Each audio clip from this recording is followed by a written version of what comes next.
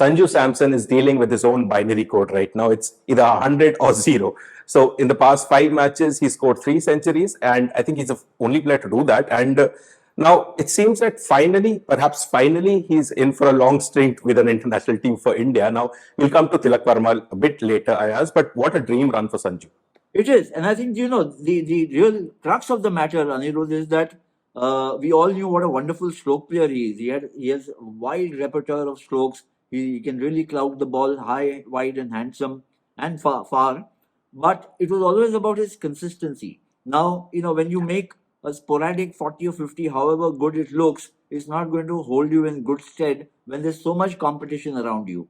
But if you make 300s out of 5 innings, yes, there are a couple of blobs also, but those 300 start registering and mattering far more in the context of the team, because the team then sees you a little differently, your captain sees you a little differently. And not just that, it's the selectors, it's the other players who are a notch higher playing, maybe another format. And they say, okay, here's this guy, he's perhaps, if he's so good here, maybe he can be of value even in this format. So all kinds of things start to happen when you show so much consistency. It's taken about, almost a decade for Sanju Samson to reach this kind of stature. I'm just repeating myself that everybody knew that he's a gifted young player, but it's just that there was also this lament that however gifted he is, he doesn't have that consistency. Now, Sanju seems to have cracked that barrier, and I think it had more to do with the mind than with his ability with the bat. Yeah, so moving on to his partner in crime, if I may. So Tilak Verma scored back-to-back centuries to help India win the series 3-1. So what has impressed you about Tilak? Much younger, like Sanju, lot of potential, but seems to be coming, this potential keeps to be coming to the fore quicker, maybe. I've watched Tilak Verma closely, as when he's been playing for Mumbai Indians from his initial seasons, when he was a little overawed by the company that he had around him: Rohit Sharma, Jasprit Bumrah, Suryakumar Yadav, Karen Pollard, and some of those legendary figures in T20 cricket.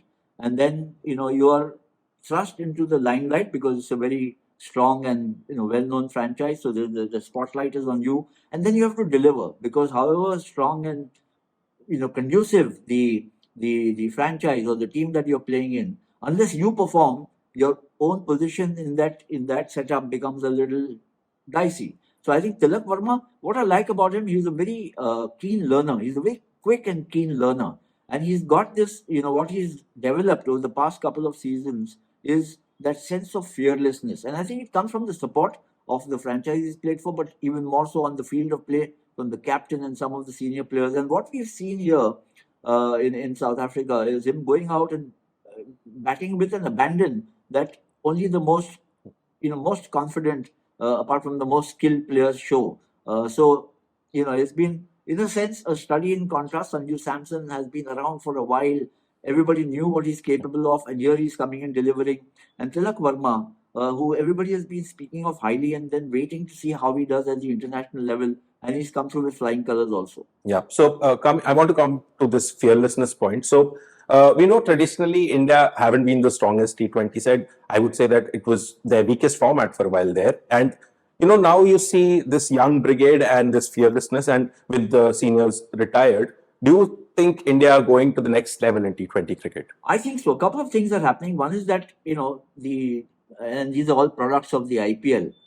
So the IPL's value in a sense in showcasing youngsters is now being accepted widely all over the world. The other is that there is so much competition amongst these players themselves in the range of 20 to 25, 26, that age group. There is whether it's in the batting department, in the bowling department, in the bowling, the spinners and the fast bowlers, wicketkeeper, batsmen, there are at least 6 or 7 players in each of these categories who are making them or announcing themselves as eligible to play at the highest level for India. And that's a wonderful situation for Indian cricket to be in. It's not so easy for the selectors, certainly not easy for the players themselves, because there is a lot of pressure on them. You have to keep playing and keep scoring and performing consistently. That's the only way you can hold your place in the team. Tilak Verma also seems to have a very sound head, on his shoulders. So he's taking success in his stride. He's not getting kind of frazzled by the sudden glamour and the attention that he's got. I think he's very ambitious, but he's also very strong and resilient, and that's a very good quality to have in a young player. Yeah, so from the youngsters, we go back to a veteran. Mohammed Shami is back in the Ranji Trophy, and at the time we're recording this, he's already has 6 wickets against Madhya Pradesh, and he's also grown his hair out a bit. That has nothing to do with the match, but I just wanted to mention it. So now, of course, we know we need to see how his body reacts after the match, but given his performance and how he's gone about things, do you think Australia are calling? Of course, I think. I mean, you've defined some Samson-like qualities on him. Now that his hair is coming back, he's picking up wickets also in his first match on his comeback. His comeback match in a sense. And remember, for a fast bowler, it's not easy. After a long layoff, about what almost a year, we are seeing Mohammed Shami in action, and he had a point to prove to himself, to the selectors, and to the rest of the cricketing world. And I'm sure that the Aussies will have been following or tracking his progress very keenly. And that, I mean, apart from Mohammed Shami, who I think should be sending his passport for a visa stamp immediately, if he's not already done it, there's also Rohit Sharma. Now that we know that he's become a father of a bonny boy, and congratulations to Rohit, his wife, and obviously his family. But he would be very keen to get onto the next flight and, start settling into the series against Australia. Will he make it? Will both these guys make it for the first test? I really don't know. But I think if Shami and Rohit Sharma are in the squad and ready to take the field in the test matches against Australia, the equation kind of changes quite dramatically. The Aussies would not be having, so far what we've seen is a lot of cryptic comments coming from some of the players, the critics over there, some smiles that, this time we'll show them, because remember, Australia have lost twice in a row against India down under. So, but all that could change very quickly if Rohit and Shami are there.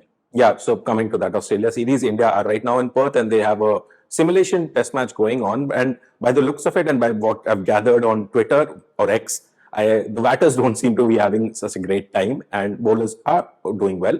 But and we also saw KL Rahul getting injured, bit of a scare. So what have we learned from that match?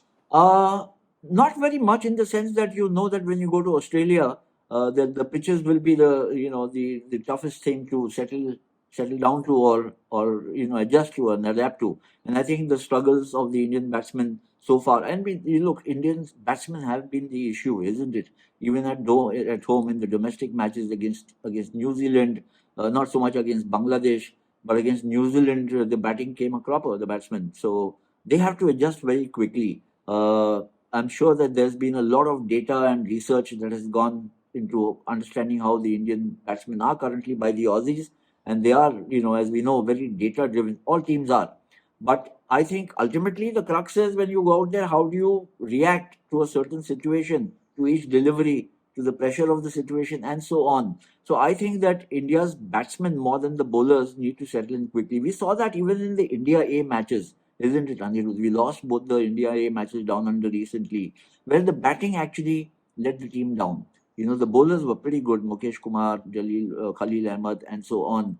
But it's the batsmen, the whole lot of them actually struggle to make runs, except Dhruv Jurel, who I think, in my opinion, has got a very, almost a certain call for the first test match. Yeah, big call there. So, yeah, so that match coming up on the 22nd, and we'll come back to you with a preview before that. So, that's it for this episode of Sports Room. We'll see you next time.